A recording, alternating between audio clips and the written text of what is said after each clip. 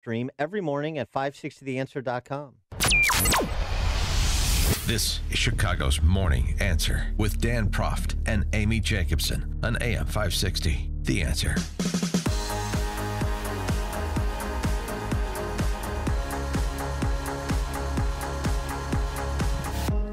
Good morning, Dan and Amy. We're coming to you live from Teej Hanley Product Systems in Chicago, part of our AM 560 Signature Bank Business Tour. Yeah, if you want to buy any of the products, go to Tiege.com. Tiege. Yep.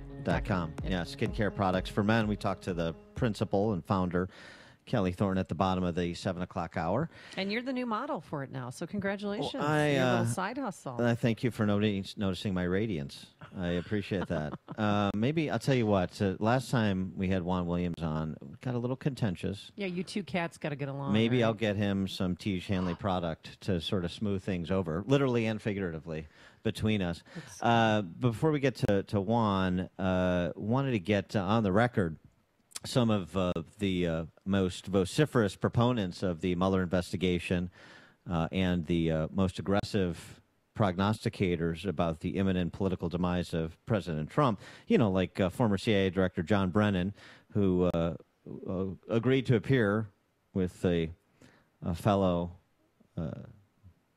apocalyptic doomsayer in Joe Scarborough, Morning Joe, yesterday, to commiserate. Here's what John Brennan had to say about the Barr letter summarizing the Mueller report. How surprised were you by the findings yesterday, by the conclusions that were drawn? And I'm just curious, did you receive bad information throughout this process, like so many of us did, that there was more there than ended up in the report regarding collusion?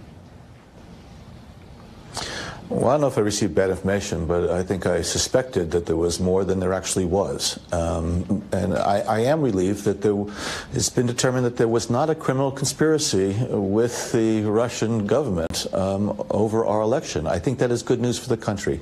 And I still point to things that were done publicly or efforts to try to have conversations with the Russians that were inappropriate. But I'm not all that surprised that the high bar of criminal conspiracy was not met. I am surprised at that second part of obstruction of justice in terms of how it came out. I don't know whether or not Bob Mueller wanted the Attorney General to pronounce on that issue, or whether or not Bob Mueller felt that it would be best for Congress and American people to determine whether the weight of the information indicates that Donald Trump did try to obstruct justice. So there are some surprises there, and that's why I think getting to the full Mueller report is the best way to get some of these, if not all of these questions answered. No less than Terry Moran at ABC News took out after Brennan yesterday, suggesting that he has a lot to answer for, given the aggressive nature and substance of his predictions over the last 3 years, including that Trump and Putin were basically Bonnie and Clyde. I mean, Brennan had said that Trump was effectively acting as an agent of the Russian government. He called Trump's conduct treasonous. Yeah, previously. Well, he sounded very defeated and looked defeated during that interview with Morning Joe yesterday. And for good reason. He has egg on his face. For more on this, we're pleased to be joined by the aforesaid Juan Williams, Fox News contributor, columnist for TheHill.com. Juan, thanks for being with us. Appreciate it. Good morning. So you're radiant, Dan. I am radiant. It's the skincare. Amy, I hope you're radiant, too. I am. But, Juan, do you use skincare products? Do you put on moisturizer? Sure, of course. At my age, I'm going to have my 65th birthday next month. Oh. Right, I better use something. I mean, they have to use spackle when they make me up for TV, I tell you. Yeah, well, I mean, it's nice. Like, Juan, like me, is comfortable enough in his own masculinity to appreciate being beautiful. That's all right. And I think that's great. I don't know that I'm beautiful. You're beautiful. I would like to be, but, you know. Yeah, well, you know, you do what you can with what you were given. That's all you can do, brother.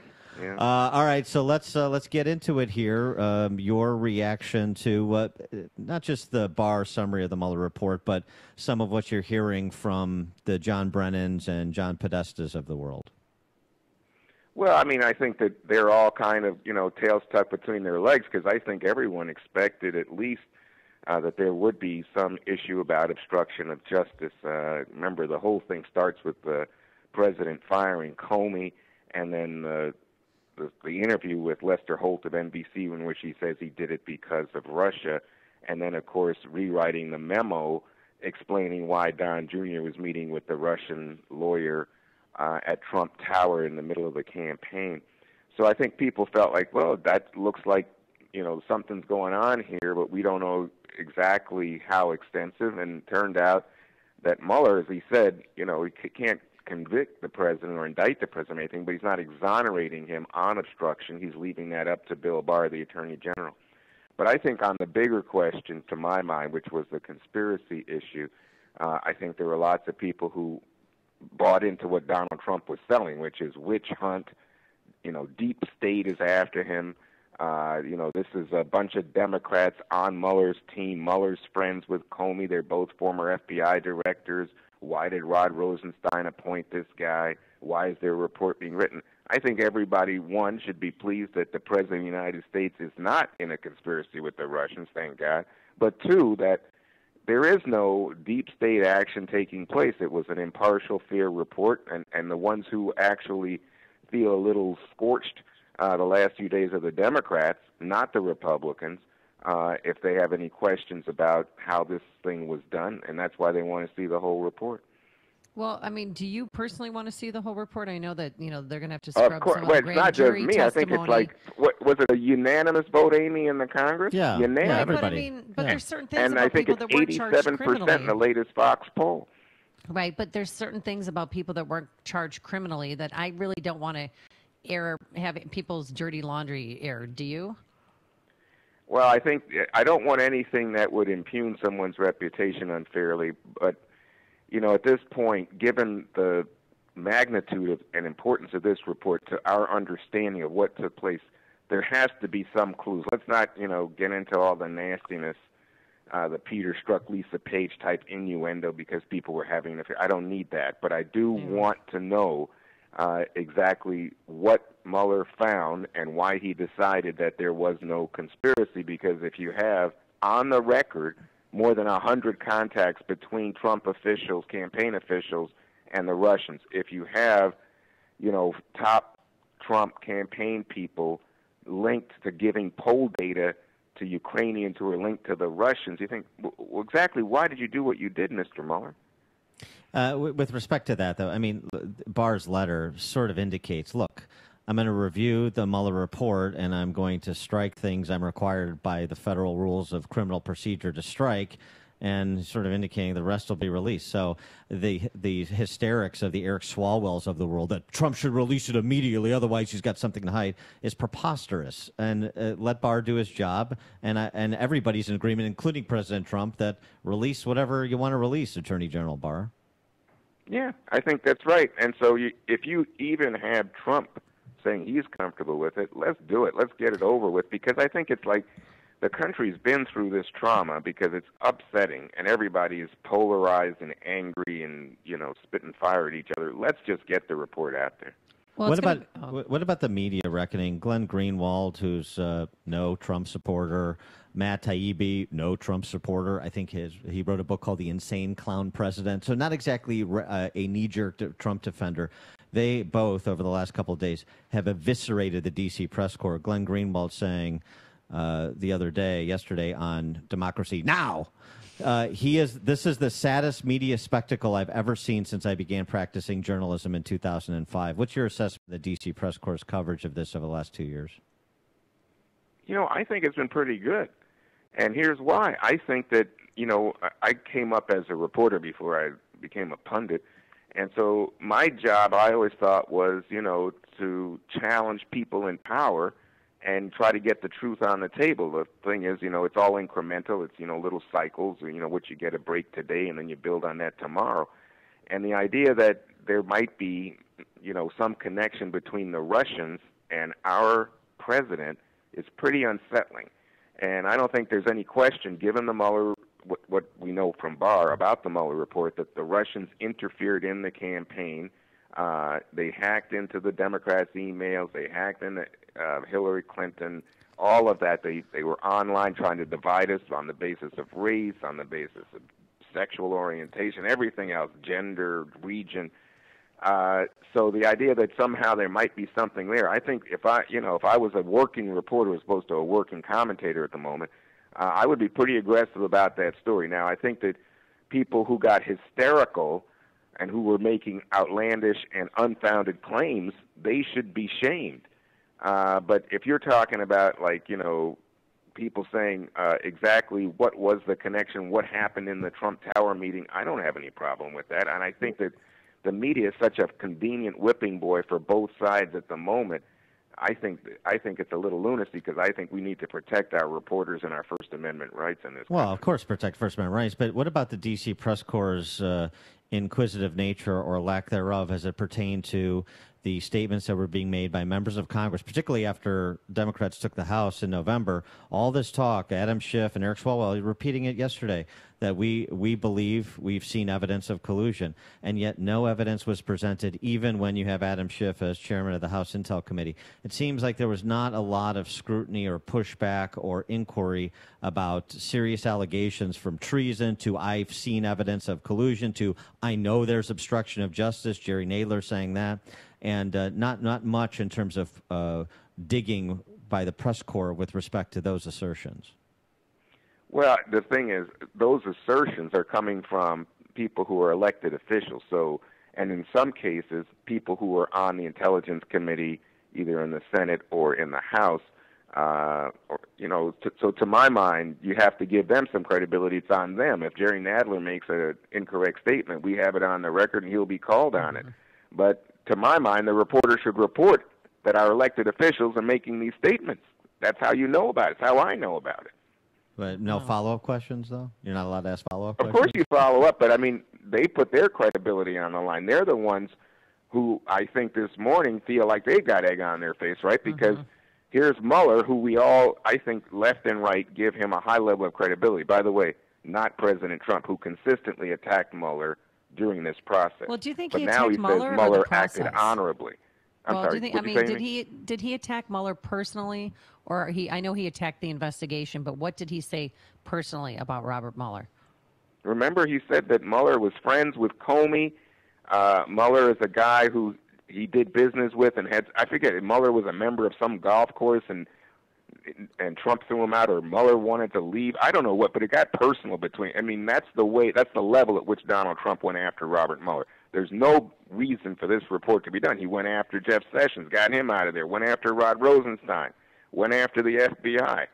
I think he tried to undermine American institutions. I mean, that's why I say this morning, taking a little bit of a step back from the tribal warfare and the Democrats feeling absolutely burned because there was no conspiracy, you have to say America's institutions function properly. There was no deep state action.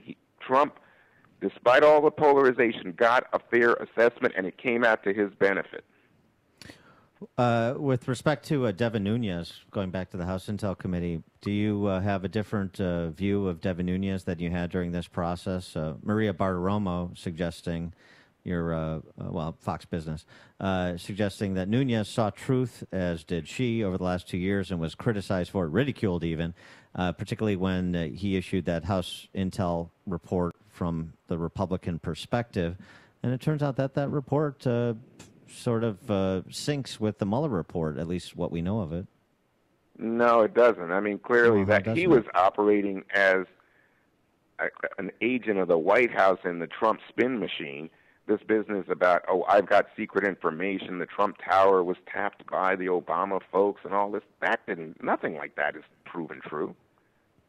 The 4 buckets of classified information that he wanted declassified, and the suggestion that no one presented, and he had not seen any evidence of collusion, the overriding issue in this whole investigation, this whole saga, Devin Nunes was correct. Correct. I'm missing you there. How is he correct? He's making outlandish allegations, trying to undermine the FBI, undermine the investigation, suggest that the previous administration had a political agenda, and you stop and say, well, what is this about? I mean, clearly there were contacts between the Trump campaign and the Russians. I don't think anybody's disputing that. The question is whether there was coordination that would amount to conspiracy or, in the language of Trump, collusion.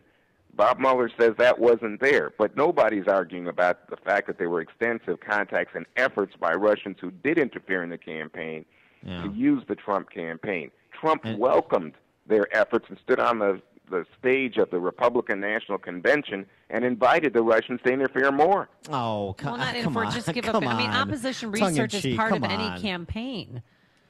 I mean, and opposition research is done by Americans, Amy. When you get Russians involved or foreign nations, that's traitorous activity. Former MI6 agent and Christopher Steele, who was working with the Russians to compile the Trump dossier, is that in dispute? DNC. He was working for an American company, Fusion GPS, and he's an American now. Yeah, right. So if you have an American company, then it's okay to connect with the Russians to generate information to present a dossier that was full of uncorroborated allegations. Let me get corroboration or lack thereof doesn't even matter. Christopher Steele was working with the Russians? Well, that's the reporting is that that he had Russian contacts in terms of calling together he wasn't the working information. with the Russians. He was spying on the Russians. But that's okay. Well, compared to he was spying with the Russians, not collaborating with them.